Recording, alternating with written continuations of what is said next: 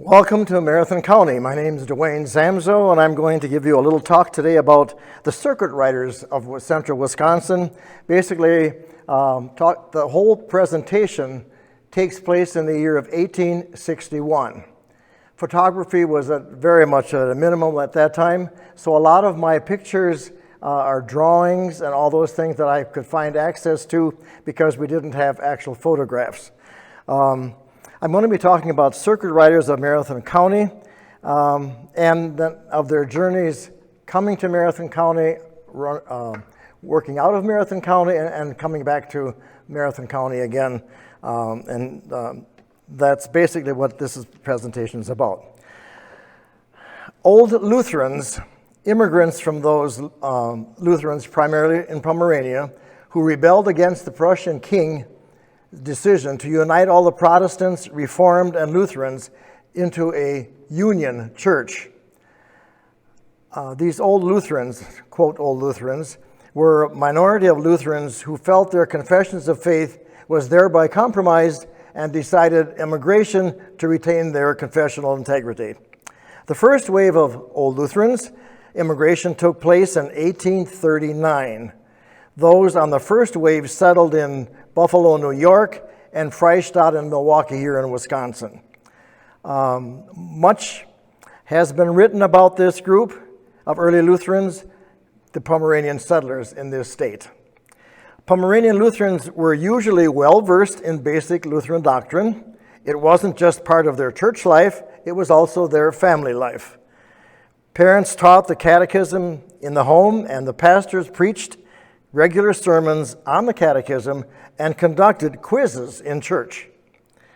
A factor important to understanding our ancestor immigrants to this country is the Pomeranian character. Home and family are central values. The people are more kind-hearted than friendly, not frivolous, and also not very joyful, but rather somewhat serious and melancholy. Otherwise, they are an upright, faithful, reserved people that hate lies and flattery, gladly host guests, and just as gladly go as guests. And according to their customs and their means, they're basically good to one another.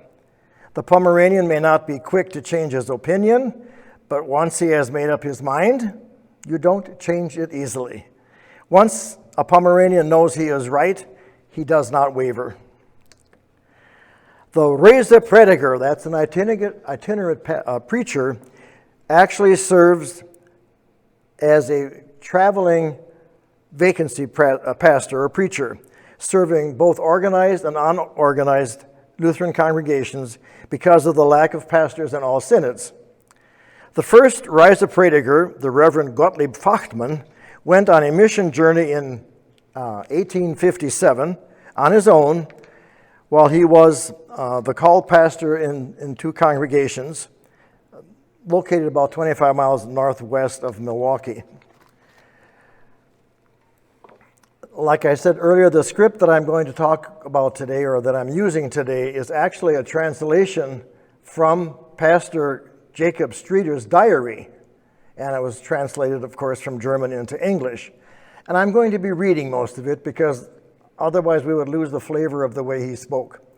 And for those of you who know German, you know the verb is always at the end, so the sentencing is always a bit unusual for our way of speaking, but I think you will understand as we get through this how the German language differs from English.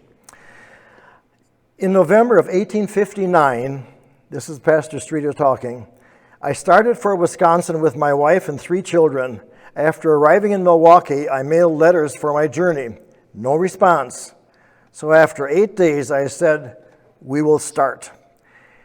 We rode train to Ripon, then found a wagon and loaded it. My wife and 2 small children sat beside the driver, and I and little Fred sat on the box in the back. On our way to Princeton, we experienced fairly good roads until we entered the Indian Roads territory.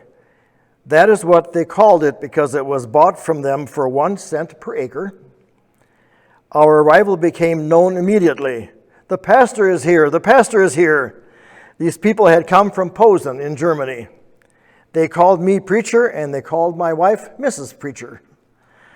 We left Princeton, and now the real Indian land roads began with rail bridges across the marshes.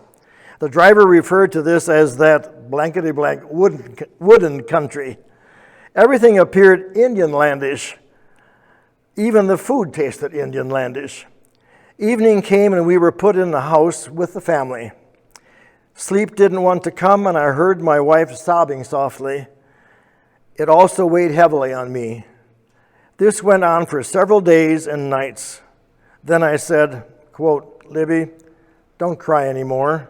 The dear Lord has led us here, and he will take care of us. They had built a parsonage in German style, not plastered, but filled with clay, filled it out with clay. It had 2 rooms and a kitchen. I bought a horse, named him Charlie. He was 6 years old, for $60. That's a lot of money in those days. Hitched him to a sled and drove to Wautoma and bought 2 stoves, bed clothing, etc., and we moved in. I preached never less than 4 and no more than 9 times per week and traveled mostly with horse, around 6,000 miles per year. The couple were good singers, or the people I should say were good singers, and could sing all the melodies. My sermons I prepared and studied mostly when writing. To teach school I had very little time because almost every day and night I was in the saddle, on the buggy, or on the sled. One day my neighbor lady came with an elderly woman. It was her mother from Big Bull. Beyond Wausau flows the Wisconsin River. Above Wausau, the river had a fall, which the log floaters called Bull. Near Wausau was another fall. This one they named Big Bull. Further down was another which they named Grandfather Bull. Thus Wausau got its name Big Bull. Letters that I wrote and addressed to Big Bull all got there. The old lady told me, beyond the town in the woods, 10 to 20 miles to the northwest, lived many people. They were Pomeranians. They have no pastor. 3 years ago, their pastor had left them and became a sawmiller. I promised the lady that I would go and preach to those Pomeranians, and in 2 days I made the trip up there. On the first day I got as far as Stevens Point. The second day, Big Bull, which is Wausau. In many places I preached in schools and in houses. During the week, mostly 9 times, held communion and baptized. One winter, an exceptionally cold day, it was Christmas and we intended to hold communion. One elder came to me with his face all wrapped up and said, "Will we go?" I said, "Yes." I hitched my horse to the sled, put the communion ware in a box, threw a buffalo robe over it, and away we went. Boy, did that horse run. In front of the schoolhouse, I had to make a turn. I upset the sled, and my wife got back in, and I put the robe over her. I ran to the schoolhouse and arrived with white spots as large as $1 on each cheek. Remember, in those days, they were silver dollars, so that's the size he's referring to. My wife got some snow to draw out the frost, and people used to do that years ago. I've had that happen when I was a child. We used snow to take the frost out of a cheek from walking home from school. Many of you have probably done the same thing. We set the things on the table. I returned with the wine, and it appeared like chopped ice. We had no service, and we returned home. Another time, the snowbanks were 6 to 8 feet high, and I got lost and didn't know where I was. I was freezing terribly. I hung the reins over my head, reins of the horse, over my head, and wrapped the buffalo robe around me. Getting colder continuously, I thought, this night you will freeze to death, and I began praying to the dear Lord that he should take my soul onto him if my last hour had come. Then I thought about my wife and children. No, I said to the Lord, you cannot allow me to freeze to death. Please bring me home again to my family. Sleep wanted to overwhelm me. Therefore, I waved my arms and legs continuously and prayed, asking the Lord to have pity on me.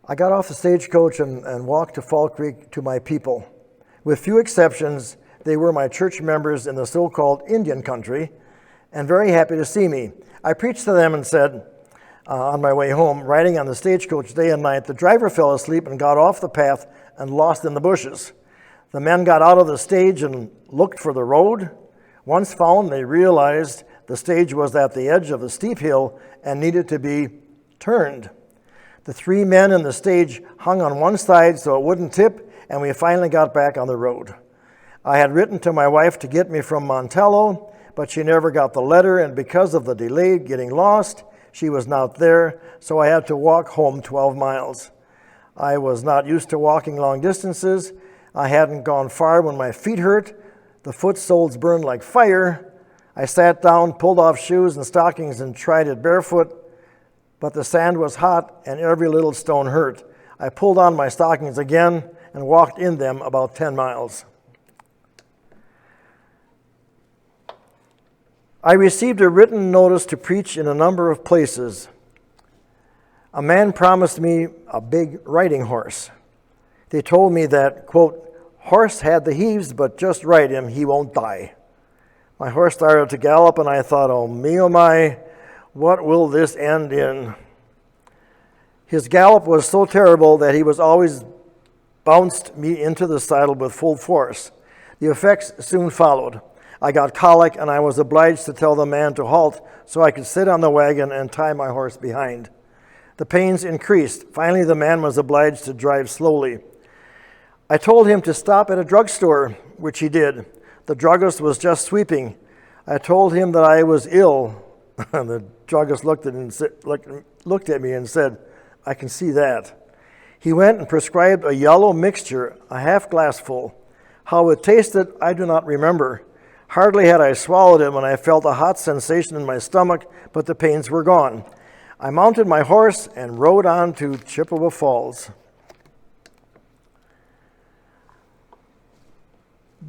When I went to Big Bull, I brought a pocket full of money home. Certainly it was dimes, nickels, 3-cent pieces, large 2-cent pieces, 1 6-pence, a shilling, and seldom 2 shillings. I emptied my pocket on the table before my wife. She sorted and put each denomination into a separate sack and enjoyed her treasure. Once I had to ride a great distance to baptize 3 children. After it was done, he counted out on my hand 37 cents. I said, that surely is all the money you have. He said, yes. I said, good and well. I'll give it to you again and we'll add the same amount to it. He began to cry and said, oh, it should be an offering of thanks that my children are now baptized and now you don't want to take it? Well, I said, if it should be an offering of thanks, then I will take it. On another occasion, a lady came to me, quote, Pastor, I am a widow and I have no money, but I do wish to give you something. Here is a sack of nuts. Take them with you for your children. My people in the Indian country gave me $200, rye for bread, food for the horse, and some wheat. From Menominee, I hurried over the river by ferry, then rode up a hill to a saloon. I said, are you German? The answer was, yes, sir. I told him who I was and what I wanted. He said, yes, people are here, but where could we meet? I said, here's place enough. He said, do you want to preach in a saloon? I said, certainly. He said, okay. He took my horse to the barn and pointed to the door to the family home. I remained overnight. In the morning, quite a number arrived. I read part of the hymn verse, sang, and they sang also. After singing, I leaned my back against the counter behind which stood the whiskey bottles and preached. Soon the door opened and somebody looked in and then slammed the door. So it happened again and again. It was funny. I had to be careful not to laugh. After the sermon, I baptized 2 children. I now bought Fanny, a 5-year-old dark chestnut, a beautiful animal, for $120, a high price at the time, and I had to pay in gold coin. But I obtained it on a 1-year loan with 0 interest. I now gave Huffman my old horse for $80, the price it had cost me, plus $20, also on a loan without interest, and for as long as it took him to get the money. I did that because Fanny was no riding horse, but was a fine runner in the buggy, easily trotting 12 miles per hour. I came to La Crosse, got on the cars, and rode to Partyville. There I left my Fanny in the livery stable. This time I left her there until I returned. I hitched her to a buggy and started for home. I hadn't driven far when I felt ill. Drove under an oak and let the horse eat from the bushes. I lay down but could not vomit. Nothing but sour, bitter water, and finally blood I threw up. I was so dizzy the whole world spun around and I had a severe headache. In the evening, I had to go on. I crept to the buggy, clambered up, held on to either side of the seat, and started. I was obliged to let the horse walk. My head would not stand faster driving. Towards the morning, I came home, laid down a while, and then intended to undress to go to bed. But my underwear was pasted to my sore legs so that I was obliged to lay on a hot, wet towel to soak them loose. From the crotch to the knees, my legs were raw. That was the result of riding that big horse. Only once did I not attend a local conference because I was ill, and in 1854 I missed the Synod conference because I did not have the fare. I was too poor. In the first half of the 60s, I went to attend Synod at St. Louis with a full beard and had to endure much banter. It happened thus. In Big Bull, I shaved at a farmer's house. He only had a triangular piece of a mirror. This was placed in a crack of the log house wall. That was all right, but the razor was like a saw. The tears were running down my cheeks. So I asked myself, did the dear Lord let the beard grow so that I should torment myself shaving? No, and from that time on I let my beard grow. And until today, no razor came across my face. Pastor Cloyter in St. Louis was pleased to see me with a beard. Later he had a Synod conference in Monroe, Michigan, and there Cloyter also appeared with a full beard. In the evening, a conference was to be held, but there wasn't much going on. Mr. Jocks proposed me as chairman. So I was the chairman and Cloyter the secretary. He wanted the 2 bearded men in the front. Soon, not only a few, but many followed my example. Yes, even my dear Professor Kramer let his beard grow.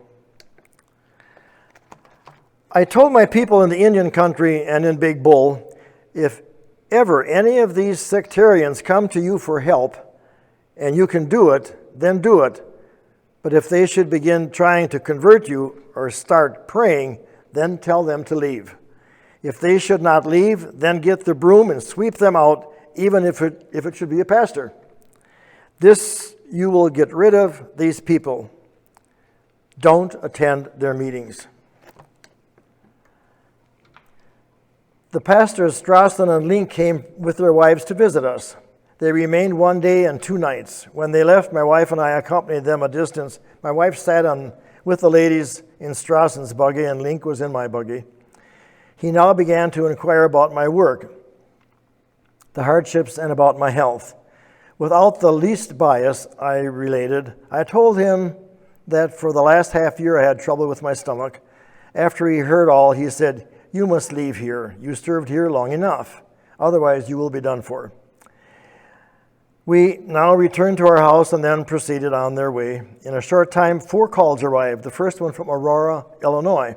Soon after this one, another came from Yorkville, Illinois, and the call from Aurora was signed by Pastor Beyer with a letter by Pastor Wunder, both residing in Chicago. I wrote a letter to my president, Ottomar Thorbringer, in Frankenmuth, Michigan, asking him for advice. The answer soon arrived. "My dear Streeter, the call from Aurora is from God. Go in the Lord's name, but see to it that an able, practical pastor be your successor." Signed, Ottomar Furbringer. I now attended the conference in Milwaukee and laid my call before this body. Unanimously, they decided, go. After I returned home, I announced it at my principal congregation and asked all elders to meet with me to act in the name of the congregation. I laid my call from Aurora before them and read Furbringer's letter, told them of the decision of the conference, how things stood there, they all knew. One of the elders, whom I formerly had reprimanded, and on this account he didn't like me so very much, said, quote, if a call is from God, then we must give consent by keeping silent or by not making objections. The others opposed him. So it went to and fro. Finally, I said, I will go out and leave you alone, so each of you can speak his mind freely. If you agree that I should remain here, according to God's will, then this call will be returned by mail tomorrow. I left. After about 15 minutes, I returned. Well, what is the result? They thought I should accept the call. Their reason was this. 10 members had separated and called a Pastor Schmidt from Princeton. These 10 had left because, get this, they could not agree with the congregation concerning the time of the church service. That was the reason. My elders believed that if a new pastor came here, those 10 would return again. But later I heard they did not return. 2 of the elders did not say yes, but gave in to the rest. Now I wrote to Aurora that I had accepted the call.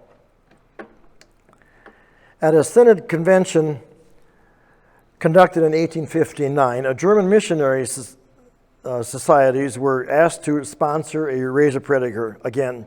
In early 1860, one of the societies sponsored the program by setting a total of $100 a year for 5 years, and that a second society would soon follow suit. Both societies objected to keeping Fachmann as a Reiseprediger, and both sides of the ocean began looking for a new candidate. We must remember there was still communication going on with Germany, where they had been from and where they are here. They chose a scholarly young pastor named Edward Moldenke, who arrived in August of 1861 and settled in Watertown, Wisconsin. In a December 2nd, 1861 report to the Johannes Bading, president of the Wisconsin Synod, traveling missionary Edward Moldenke wrote of a chance meeting with Huffman in Wausau on September 23rd during a mission trip to the area. Moldenke reported like this. In September, he embarked on his first journey. The societies ordered him to find a permanent place for the winter months, so he accepted a call to the Fort Atkinson area where he served the city and the surrounding area. About 6 weeks after he completed his first journey, he sent the following report. September 7th, this is all 1861. September 17th, I traveled from Watertown to Waupun. After searching for several hours, I finally found a religious family, from whom I received a friendly welcome after I mentioned the name Muehlhauser. He had stayed with them 3 years earlier. A Reformed pastor comes to Waupun every 3 weeks, but he is not well received by the Lutheran families. They say he is quite long-winded. Some strongly desire a Lutheran pastor, while others could care less. September 18th. I went to the city of Berlin, Wisconsin. I was informed that most of the small number of Germans there were Catholic. A few were Methodist, and 2 or 3 Lutheran. The latter now apostate, those who will completely forsake their religion. On September 19th, I went with a stagecoach to town of Almond, a distance of about 40 miles. About 16 German families lived there. Here I received a cordial welcome, so I went to several farmers, inviting them to come to the service. These itinerant pastors had to go out into the area and contact people to come to a service. Here I received a cordial welcome, so I went to several farmers, inviting them to come to the service, as I just mentioned. That evening I preached in a schoolhouse. I had the people promise me that they would conduct Sunday school and reading services. They were anxious to do that in order to get a preacher. They especially wanted religious instruction for their children, as was the case in most areas that I visited. They listened to my explanatory remarks with great attention. September 20th, I went on foot to 4 other families who lived about 5 miles out of Almond. It was raining, so they were all at home, so I preached to them that afternoon, and they invited me to come back on the next journey. I then went in the heavy rain to Plover, but I was not able to locate one German family there. Because of the weather, I stayed overnight in a hotel. Early the next day, I went 5 miles to Stevens Point and received a cordial welcome from the one everyone calls Grandma Steinke. I went through the spread-out village to invite them to the service. I was able to secure a schoolhouse for $1 for my Saturday and Sunday services. Between 25 and 30 persons attended. I had 3 councilmen elected. Their election was to be certified only after all the Germans who were working out of town could express their views in another meeting.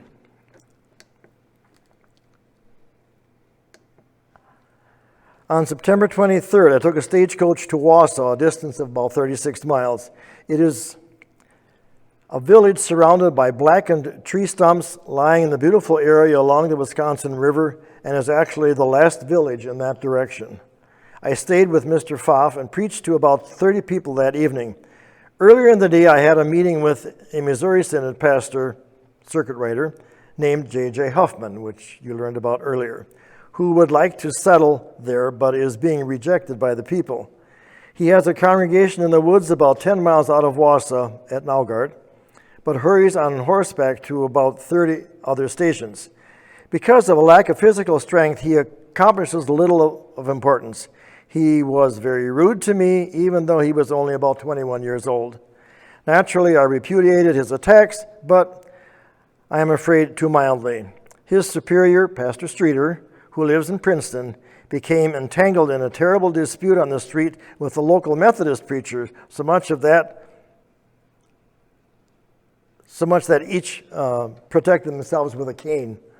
Because of his domineering manner, Huffman has caused offense to all places he has preached. Even many of his own congregation want to get rid of him. On September 23rd, 24th, I had a young man, and we went 11 miles into the wild forest, the town of Stettin. About 50 families, mostly Pomeranians, live there but are widely scattered. That evening I preached in the only schoolhouse in the area. The people are very anxious to have their own preacher. Previously they were quite poor, but today are prosperous to have their own preacher. Previously they were quite poor, but today are prosperous. The land is very good. My host, Herman Marquardt, lives on a 6-acre piece of land that he cleared the past year. I spoke with a man who, together with his wife, cleared an area of 20 acres without the aid of oxen.